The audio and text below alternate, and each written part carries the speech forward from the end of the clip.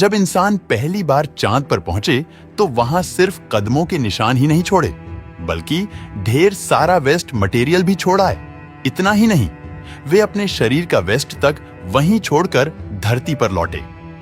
आपको लग सकता है कि यह सब थोड़ा बहुत होगा, लेकिन नासा के मुताबिक अब तक इंसान चांद की सतह पर लगभग 180 टन सामान छोड़ चुका है। सोचिए, 180 टन कोई आम बात नहीं है।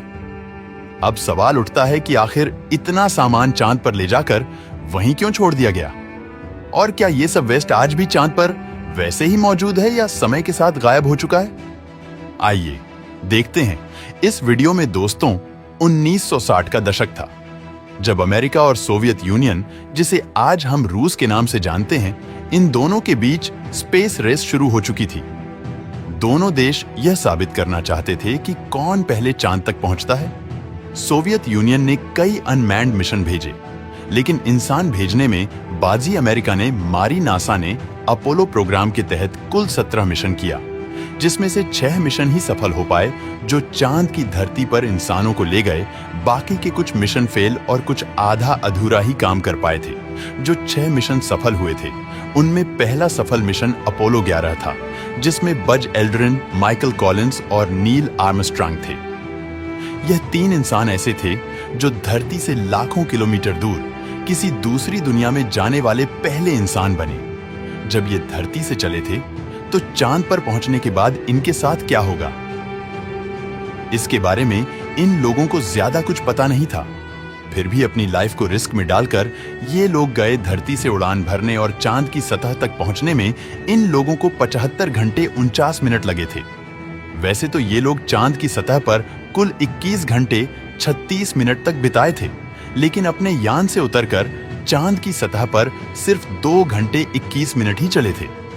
इनका आने जाने का सफर लगभग 8 दिनों का था, तो जाहिर सी बात है, ये अपने साथ पैक किया हुआ खाना और पानी की बोतल के साथ साथ 6 अमेरिका झंडे, चांद पर चलने वाला जूता, space suit, TV camera, film magazine, solar wind composition staff, चांद की मिट्टी लेने का सैंपल कलेक्शन टूल्स, पृथ्वी से चांद की दूरी नापने के लिए लेजर रेंजिंग रिट्रो रिफ्लेक्टर हैं, जो आज भी एक्टिव है।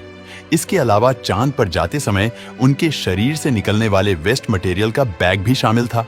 चांद की मिट्टी का सैंपल लेने के बाद उनका एक ही काम था कि किसी तरह लूनर मॉड्यूल को कमांड मॉड्यूल से सफलतापूर्वक जोड़ना, जो सतह से 100 किलोमीटर ऊपर चांद की परिक्रमा कर रहा था, जिसमें माइकल कॉलिंस बैठे थे।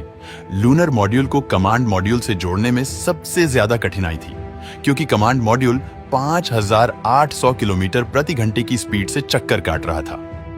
आप सोच सकते हैं कि इतनी स्पीड से उससे जुड़ना किसी खतरे से कम नहीं था।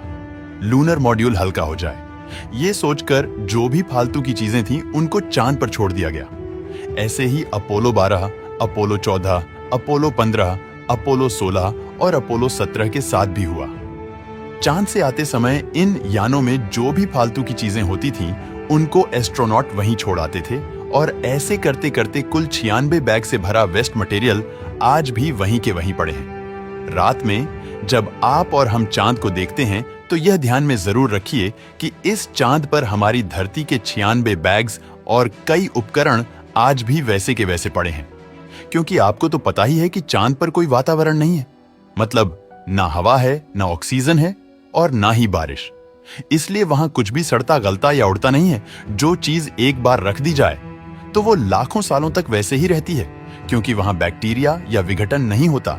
लेकिन जो झंडे चांद की सतह पर गाड़े गए थे, वो सूर्य की रोशनी से सफेद जरूर हो गया होगा, क्योंकि सूरज की यूवी किरणों ने उसका रंग जला दिया होगा। अगर एस्ट्रोनॉट टॉयलेट के लिए इन बैग्स का इस्तेमाल ना करके चांद की सतह पर करते, तो सबसे पहले वैक्यूम की समस्या आती। दोस्तों, वैक्यूम वो जगह है जहां कुछ भी नहीं होता, ना हवा, ना ऑक्सीजन, ना आवाज, और चांद की सतह भी ऐसी ही है, एक खामोश, ठंडी और डरावनी दुनिया, जहां बिना सूट इंसान कुछ सेकंड भी जिंदा नहीं रह सकता। अगर ये टॉयलेट रात में करते तो वो पल भर में जम जाता, और अगर दिन में करते वो जलकर काला पड़ जाता, क्योंकि दिन में जहां तापमान 120 डिग्री सेल्सियस तक चला जाता है, तो वहीं रात में गिरकर -170 डिग्री सेल्सियस तक हो जाता है। और चांद पर छोड़े गए 180 टन मटेरियल में सिर्फ साइंस इक्विपमेंट ही नहीं है, और नहीं, केवल टेक्निकल पार्ट्स ही नहीं, बल्कि टूल्स, पैकेजिंग केस, खाली ऑक्सीजन कंटेनर, खाने के पैक फुटप्रिंट बनाने के लिए इस्तेमाल किए गए। प्लेट सब मिशन खत्म होते ही वहीं छोड़ दिए गए। रूसी और अमेरिकी मिशनों से आए कई रोबोट, लूनर मॉड्यूल के हिस्से और दुर्घटनाग्रस्त अंतरिक्ष यान आज भी चांद पर पड़े हुए हैं। दोस्तों, आज के लिए बस इतना ही। वीडियो पसंद आया हो तो लाइक और शेयर करें।